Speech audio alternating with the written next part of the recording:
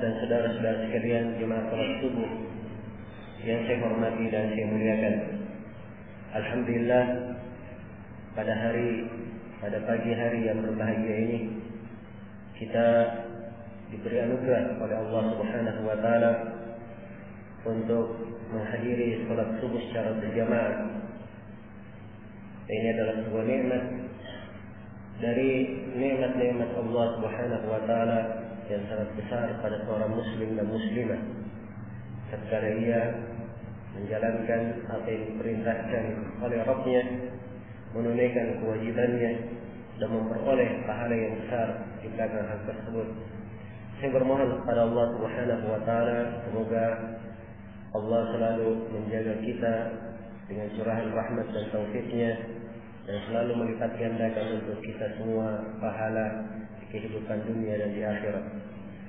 Para jemaah sekalian yang saya hormati dan saya muliakan, di pagi hari seperti ini Rasulullah sallallahu alaihi wasallam mengajarkan sebuah doa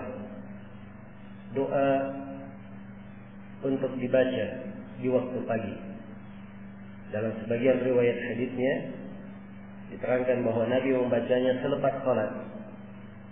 Dan sejumlah para ulama yang menyebutkan doa ini, mereka terangkan bahwa doa ini adalah doa yang dibaca di waktu pagi. Karena alhamdulillah umat Islam diberkahi segala waktunya. Dituntunkan untuk mereka doa-doa di belakang setiap salat. Dan ada doa dibaca di waktu pagi dan di waktu petang. Ada doa ketika akan tidur dan ada doa ketika bangun dari tidur. Namun saya ingin mengajak para jemaah sekalian di sini untuk merenungi doa yang agung ini. Karena doa mungkin banyak yang sering membacanya, banyak yang mengamalkannya, tetapi yang kurang adalah di dalam merenungi makna dan kandungannya. Di dalam merenungi makna dan kandungannya serta melihat bagaimana manfaat doa tersebut di dalam kehidupan. Doa yang agung ini diajarkan oleh Nabi sallallahu alaihi wasallam dalam sebuah hadis yang diriwayatkan oleh Imam Ahmad, Abu Daud dan selainnya. Nabi membaca doa ini selepas salat subuh. Beliau mengajarkan, Allahumma inni as'aluka ilman nafi'an wa rizqan tayyiban wa amalan mutaqabbala. Ya Allah, sesungguhnya saya memohon kepadamu ilmu yang bermanfaat, rezeki yang baik, dan amalan yang diterima. Amalan yang diterima. Doa yang ringkas, mudah untuk dihafal dan mudah untuk dibaca. Allahumma inni as'aluka ilman nafi'an wa rizqan tayyiban wa amalan mutaqabbala. Jadi kandungan dari doa, kandungan yang sangat agung. Dan manfaat dari doa ini diperlukan oleh setiap muslim dan muslimah. Tidak bisa terlepas dari kehidupannya. Iya. Dan ini juga memberikan kepada kita semua sebuah pelajaran yang berharga. Bahwa di dalam doa-doa yang diajarkan oleh Nabi sallallahu alaihi wasallam terdapat makna-makna yang agung yang sangat diperlukan oleh seorang hamba. Karena itu saya mengajak seluruh jemaah sekalian untuk selalu mencermati mana doa yang diajarkan oleh Nabi. Apakah itu doa di dalam salat yang selalu berulang bersama kita, atau doa yang diajarkan selepas salat yang diikat dengan waktu-waktu tertentu. Adapun doa-doa yang diajarkan oleh Nabi tidak terikat dengan waktu. Iya. Di antaranya doa yang agung ini. Doa yang agung ini. Rasulullah SAW mengajarkan agar supaya kita bermohon 3 hal di waktu pagi. Allahumma inni, ya Allah, sesungguhnya as'aluka, saya memohon kepadamu. Dahului dengan penyebutan Allahumma, ya Allah. Allahumma itu dalam bahasa Arab ringkasan dari ya Allah. Mana orang Arab punya uslub di dalam pembahasan, dibuang ya-nya, kemudian diganti dengan huruf mim di belakangnya. dengan makna pengagungan. Tapi kalau diartikan dalam bahasa Indonesia dimaknakan ya Allah. Iya, ini pelajaran untuk kita semua bahwa seorang hamba di dalam doanya dia menyebut Asmaul Husna, nama-nama Allah Subhanahu wa taala, agar supaya doa itu lebih dikabulkan dan lebih diterima. Dan Allah Subhanahu wa taala telah berfirman di dalam Al-Qur'an, "Walillahil asmaul husna fad'uhu biha." Sesungguhnya Allah memiliki nama-nama yang maha indah. Berdoalah kalian dengan nama tersebut. Dan di antara hal yang menyebabkan doa itu dikabulkan adalah seorang hamba pada setiap perkara yang dia mohon, dia minta, dia menyebut nama Allah yang mencocoki permohonannya. Yang mencocoki permohonannya. Dia meminta rezeki, dia sebut nama Allah yang mengandung makna itu. Ya Razzaq misalnya, ya Allah yang maha memberi rezeki. Ya Al-Wasi' Ar-Rahim, ya Allah yang maha luas lagi maha merahmati. Dia mohon pengampunan. Ya Ghaffar, ya Allah yang maha mengampuni. Ya Ghafur, juga maknanya yang maha mengampuni. Ya. Atau dia berkata ya Rahman, ya Rahim, ya Allah yang maha pengasih lagi maha penyayang. Dan selainnya dari makna-makna dari Asmaul Husna yang mencocoki doa yang dia minta. Dan di sini disebutkan nama Allah. Dan ini nama yang agung, kata para ulama, mengumpulkan banyak makna dari Asmaul Husna. Banyak makna dari Asmaul Husna. Dan penyebutan seorang hamba sekali yang mohon ya Allah, ya, dan Allah artinya yang diibadahi dengan penuh kecintaan, pengagungan dan pembesaran kepadanya. Penuh kecintaan, pengagungan dan pembesaran kepadanya. Seakan-akan dia memohon kepada Allah yang menciptakannya, yang memberikan rezeki kepadanya, yang menghidupkan, mematikannya, satu-satunya yang dia ibadahi. Allah yang maha merahmati, maha menyayangi, Allah yang maha perkasa, Allah yang memberikan kepada setiap hamba sesuai dengan amalannya masing-masing. Dia hadirkan makna ini dalam dirinya. Ya Allah, inni as'aluka, sesungguhnya saya memohon kepadamu ilman nafi'an, ilmu yang bermanfaat, wa rizqan tayyiban, rezeki yang baik, wa amalan mutaqabbala, dan amalan yang diterima. 3 hal yang disebut di dalam doa. Dimulai dengan ilmu yang bermanfaat. Setelah itu diikuti dengan rezeki yang baik. Kemudian ditutup dengan permohonan amalan yang diterima. Iya. Nah ini 3 hal saling berkaitan. Karena rezeki yang baik itu diperoleh dengan ilmu yang bermanfaat. Demikian pula amalan yang diterima tidak akan diterima sebuah amalan kecuali dengan ilmu, tuntunan dan dasar dari Rasulullah SAW. Iya. Karena itu kandungan dari 3 hal ini sangat diperlukan oleh seorang hamba di dalam kehidupannya. Allahumma inni as'aluka ilman nafi'an, ilmu yang bermanfaat. Banyak orang menyangka bahwa nikmat itu apabila seseorang mendapatkan bagian dari dunia misalnya, dia ketika berusaha mendapatkan keuntungan 2 kali lipat dari modalnya, iya, dianggap itu sebagai rezeki.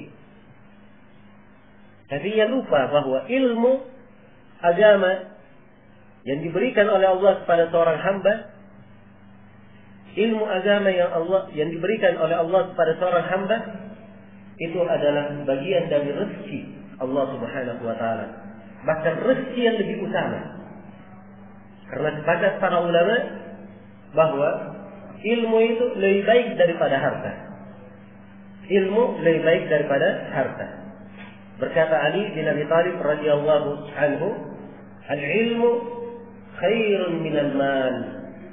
Ilmu itu lebih baik daripada harta. Al-ilmu yahrusuk wa anta tahrusul mal. Ilmu agama menjaga engkau sedangkan engkau menjaga harta. Orang yang memiliki ilmu agama, ilmunya ini yang mengingatkan dia tatkala ia keliru, mengarahkannya kepada kebaikan, menunjukkannya jalan yang lurus, membantunya di saat ia kesusahan, menghiburnya di kala ia berduka, dan banyak lagi dari keindahan ilmu. Iya. Karena itu jangan seorang menganggap bahwa rezeki itu semata di dalam harta. Bahkan rezeki yang paling indah yang Allah berikan kepada seorang hamba kalau ia diberi anugerah sebuah ilmu yang bermanfaat. Karena itu Rasulullah SAW bersabda, "May yuridillahu bihi khairan yufaqihuhu fid din." Siapa yang Allah kehendaki padanya kebaikan, maka Allah akan membuat dia paham di dalam agama. Kata para ulama, orang yang tidak punya pemahaman agama, tidak punya pengetahuan tentang agama, itu artinya Allah tidak kehendaki padanya kebaikan. Karena di dalam hadis Nabi hanya menyebut siapa yang Allah kehendaki padanya kebaikan, Allah akan pahamkan dia di dalam agama. Artinya kalau dia tidak paham agama, Allah tidak kehendaki padanya kebaikan. Iya. Satu dari ilmu agama yang diketahui oleh seorang hamba, dia amalkan, kadang pahalanya lebih baik daripada dunia dan seisinya. Contoh misalnya, sebelum sholat subuh, kita diajarkan untuk melakukan sholat sunnah 2 rakaat. Rasulullah SAW bersabda dalam hadis riwayat Muslim, "Raka'ata al-fajri khairun minad dunya wa ma fiha." 2 rakaat subuh pahalanya lebih baik daripada dunia dan seisinya. Lebih baik daripada dunia dan seisinya.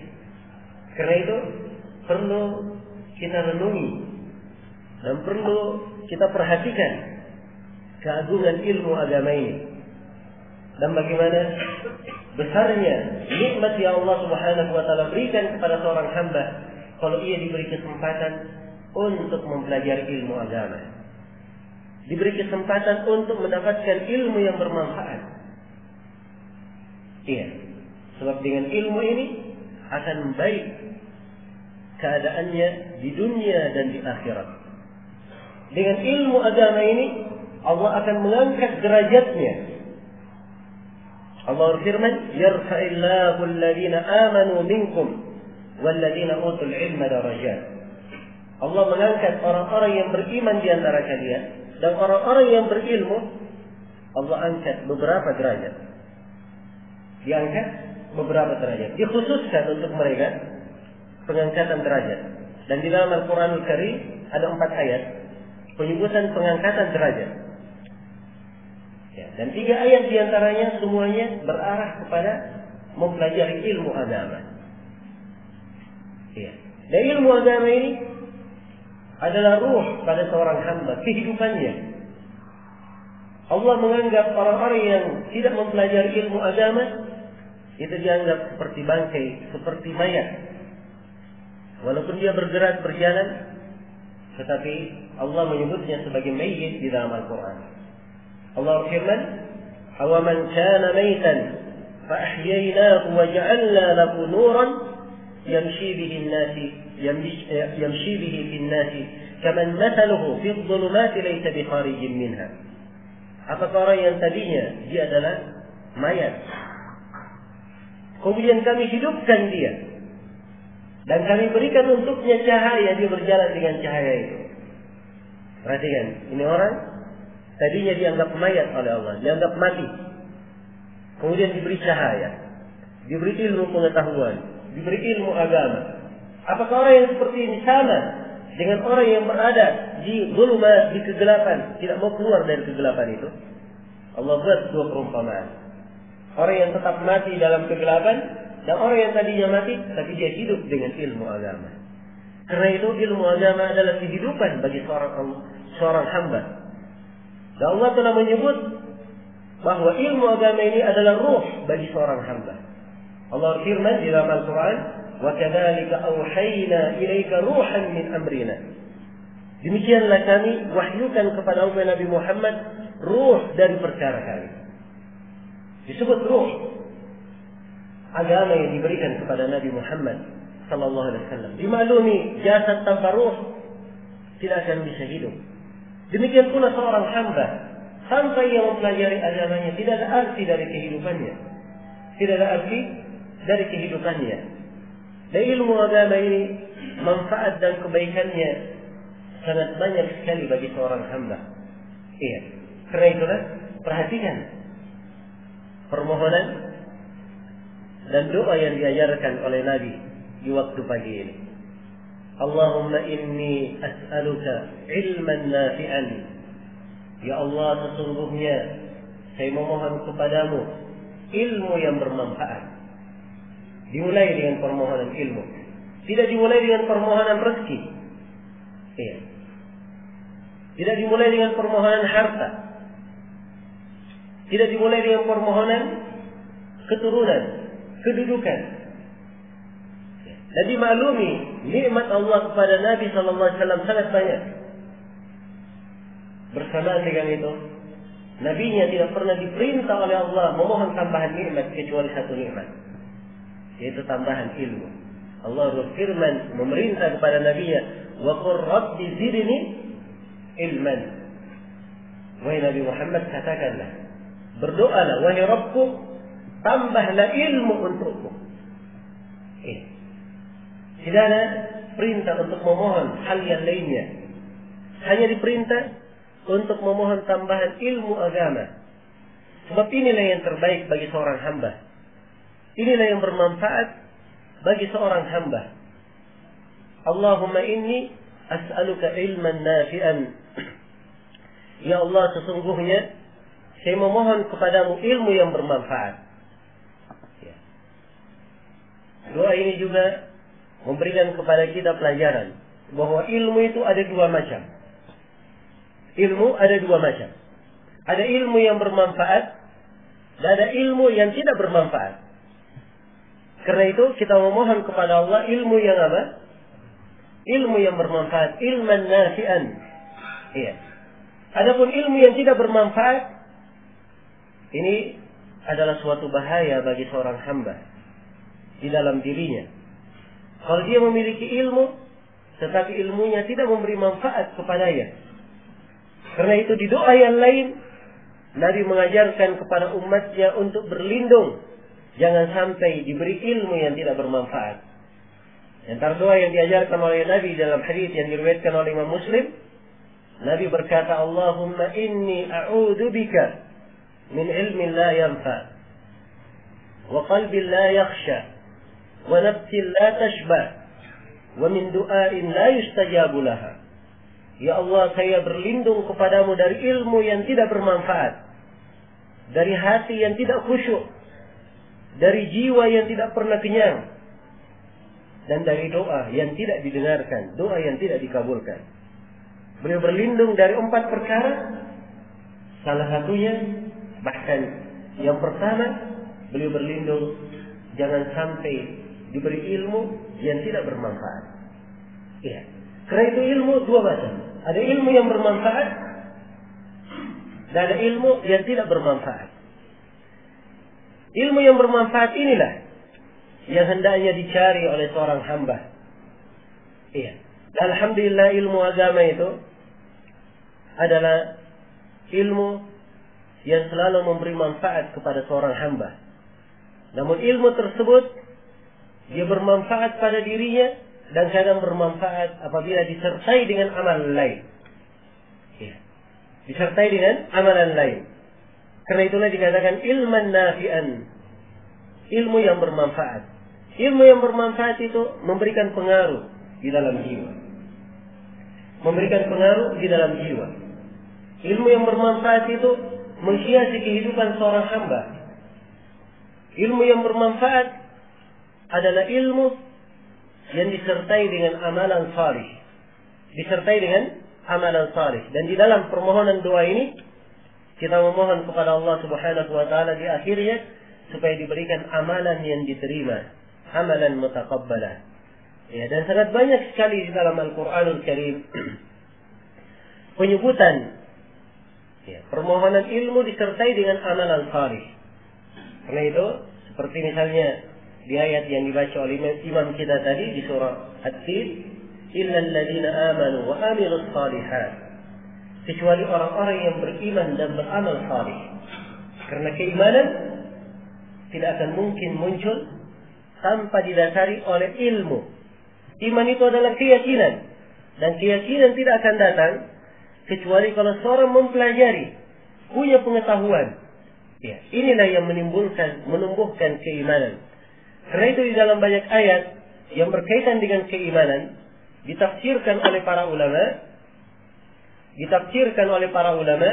dengan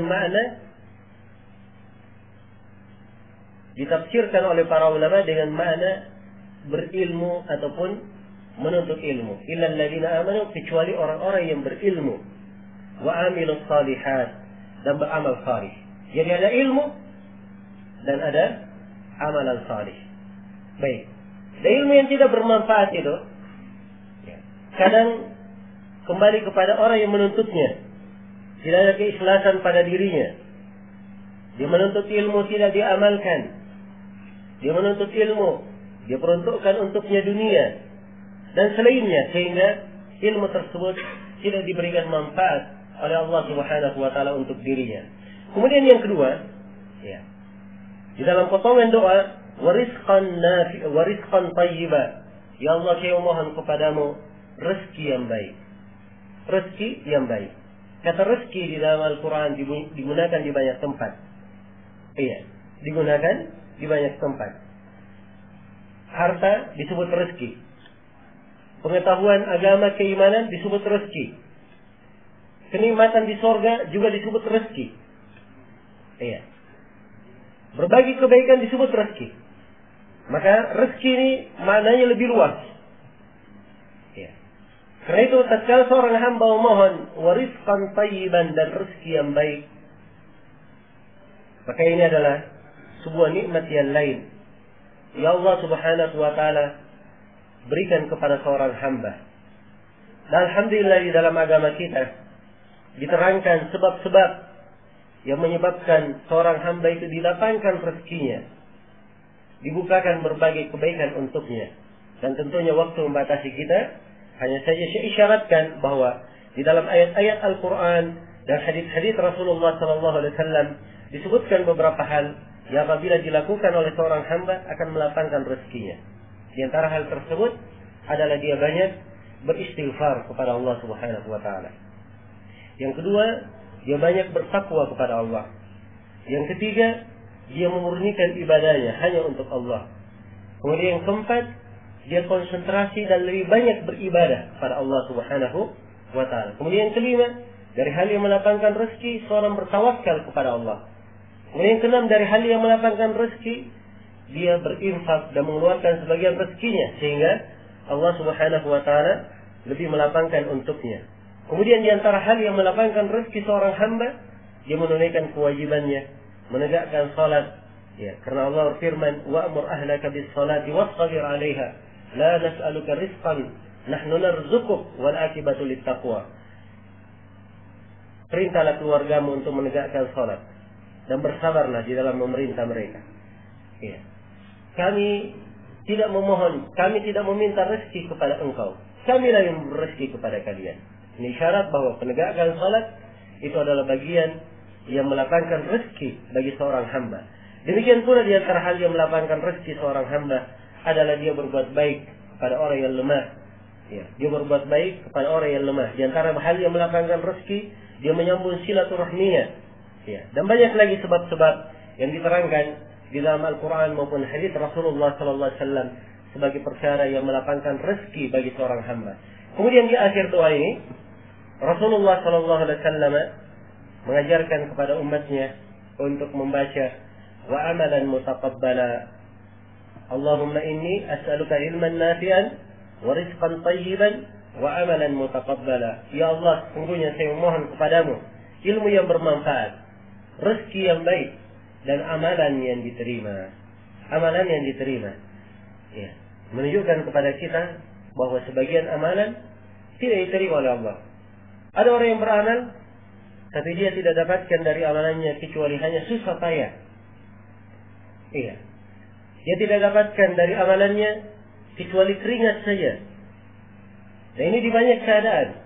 Orang yang berpuasa misalnya, Nabi menyebutkan betapa banyak orang yang berpuasa, dia tidak mendapatkan kecuali haus dan dahaga saja, lapar dan dahaga saja.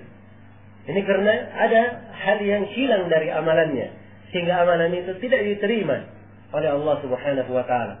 Maka perlu kita cermati bahwa amalan itu harus dijaga sifat-sifatnya, harus diperhatikan syarat-syaratnya, agar supaya amalan itu diterima oleh Allah Subhanahu wa Ta'ala. Dan amalan yang diterima, yang dikatakan amalan salih, itu harus terpenuhi padanya 3 syarat. Apabila 3 syarat ini terpenuhi, maka amalannya akan diterima oleh Allah Subhanahu wa Ta'ala.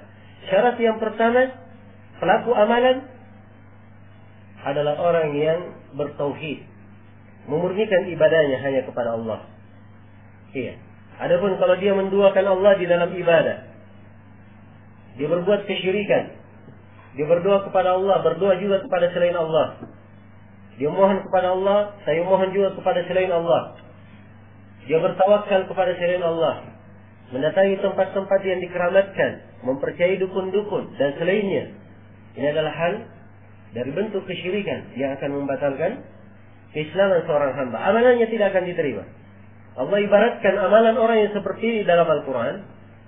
Wa qadimna ila ma 'amilu min 'amalin faja'alnahu haba'an mansura. Kami hadapi amalan yang mereka lakukan, lalu kami jadikan amalan mereka bagikan debu yang berterbangan. Debu yang berterbangan tidak diterima oleh Allah. Ya. Mungkin saja di kehidupan dunia dia banyak melakukan ibadah. Ya. Walaupun dia sholat 5 waktu, tidak pernah ketinggalan sholat sunnahnya. Walaupun dia bersedekah dengan 5 gunung emas, ya, dia berpuasa setiap tahunnya, tidak pernah alpa puasa sunnahnya, haji setiap tahun. Kalau dia menghadap kepada Allah dalam keadaan berbuat kesyirikan, amalannya disebutkan faja'alnahu haba'an mansura. Kami jadikan amalannya bagikan debu yang berterbangan, tidak dianggap. Jangankan kita, para nabi dan para rasul diancam oleh Allah Subhanahu wa Ta'ala. وَلَقَدْ أُوحِيَ إِلَيْكَ وَإِلَى الَّذِينَ مِنْ قَبْلِكَ لَئِنْ أَشْرَكْتَ لَيَحْبَطَنَّ عَمَلُكَ وَلَتَكُونَنَّ مِنَ الْخَاسِرِينَ. Sungguh telah diwahyukan kepada engkau Nabi Muhammad dan kepada para nabi sebelum engkau. Andai kata engkau berbuat kesyirikan, pasti akan hancur seluruh amalanmu dan engkau akan menjadi orang yang merugi. Iya. Karena itu syarat diterimanya amalan yang pertama, seorang itu harus bertauhid, murni ibadahnya hanya kepada Allah. Di dalam hatinya hanya satu, hanya Allah saja di dalam hatinya. Ya, segala ibadahnya diserahkan hanya untuk Allah. Itulah firman Allah, "Qul inna salati wa nusuki wa mahyaya wa mamati lillahi rabbil alamin la syarika lahu wa bidzalika umirtu wa ana awwalul muslimin." Katakanlah, sungguhnya salatku, ibadahku atau sembelihanku, hidupku dan matiku semuanya hanya untuk Allah Rabbul Alamin, tidak ada syarikat baginya. Demikian aku diperintah, dan aku adalah orang yang paling pertama berserah diri kepada Allah. Jadi syarat yang pertama dari syarat diterimanya amalan adalah seorang itu harus bertauhid. Ya, murni ibadahnya hanya kepada Allah. Kemudian syarat yang kedua, tatkala dia melakukan amalan, dia harus ikhlas karena Allah Subhanahu wa Ta'ala. Sebab pria ini penyakit di dalam hati. Iya. Kadang yang ingin dilihat oleh manusia disanjung, dan ini adalah hal yang menggugurkan amalannya. Dan Allah telah memerintah agar supaya kita mengikhlaskan amalan pada segala ibadah. Allah firman, "Wa ma umiru illa liya'budullaha mukhlishina lahud-din hunafa." Tidaklah mereka diperintah kecuali untuk beribadah kepada Allah dengan mengikhlaskan agama hanya untuknya. Hunafa, orang-orang yang berada di atas tauhid, meninggalkan kesyirikan. Jadi syarat yang kedua harus ada keikhlasan dalam beramal. Kemudian syarat yang ketiga dari syarat diterimanya amalan, amalan tersebut harus dibangun di atas contoh dan tuntunan dari Rasulullah Sallallahu Alaihi Wasallam.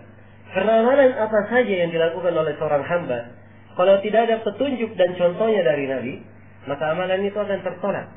Nabi menegaskan di dalam hadis yang diriwayatkan oleh Imam Al-Bukhari dan Imam Muslim dari Aisyah, "Man ahdatha fi amrina hadza ma laysa minhu fa huwa rad."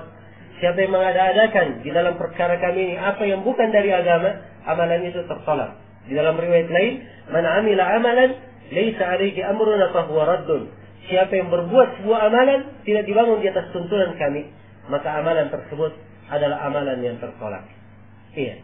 Jadi syarat diterimanya amalan ada 3. Yang pertama, seorang itu harus bertauhid kepada Allah Subhanahu wa taala. Karena itu orang kafir, orang yang berbuat kesyirikan tidak diterima amalannya. Syarat yang kedua harus disertai dengan keikhlasan. Dan syarat yang ketiga, amalan yang dilakukan harus di atas petunjuk dan tuntunan dari Rasulullah sallallahu alaihi wasallam. Ini 3 hal kandungan dari doa yang agung ini. Ya. Setelah kita mendengarkan penjelasan yang ringkas ini, walaupun sebenarnya kandungan doa maknanya lebih agung dari apa yang telah saya terangkan. Hanya saja waktu membatasi kita, tapi dari apa yang saya jelaskan bisa tergambar. Ya, bagi kita semua betapa perlunya kita kepada kandungan doa ini. Dan betapa hajat seorang hamba terhadap doa ini. Karena itulah jangan disia-siakan waktu pagi berlalu tanpa kita membaca permohonan doa ini kepada Allah Subhanahu wa taala. Allahumma inni as'aluka ilman nafi'an wa rizqan thayyiban wa amalan mutaqabbala.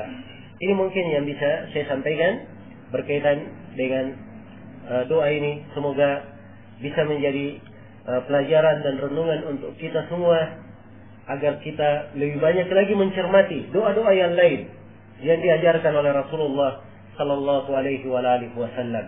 Iya. Semoga Allah Subhanahu wa taala selalu memberikan kepada kita semua ilmu yang bermanfaat, rezeki yang baik dan amalan yang salih. Dan semoga Allah Subhanahu wa taala menganugerahkan kepada kita semua keteguhan di atas keislaman dan di atas sunnah Rasulullah sallallahu alaihi wasallam, mengokohkan kita di atasnya di kehidupan dunia, di alam kubur, dan mengokohkan kita semua di atasnya tatkala kita menghadap kepada Allah Subhanahu wa taala. Dan saya bermohon kepada Allah, sebagaimana kita dipertemukan di majelis yang baik ini sebagai saudara-saudara yang berislam, sebagai orang-orang Islam yang bersaudara, semoga Allah Subhanahu wa taala mempertemukan kita pada hari kiamat di rumah yang mulia, di surganya yang penuh dengan kenikmatan. Innahu waliyyu dzalika wal qadiru alaih. Atas segala macam kekurangan saya mohon dimaafkan. Subhanakallahumma wa bihamdik, asyhadu an la ilaha illa anta, astaghfiruka wa atubu ilaik. Wa akhiru da'wana alhamdulillahi rabbil alamin. Wassalamualaikum warahmatullahi wabarakatuh.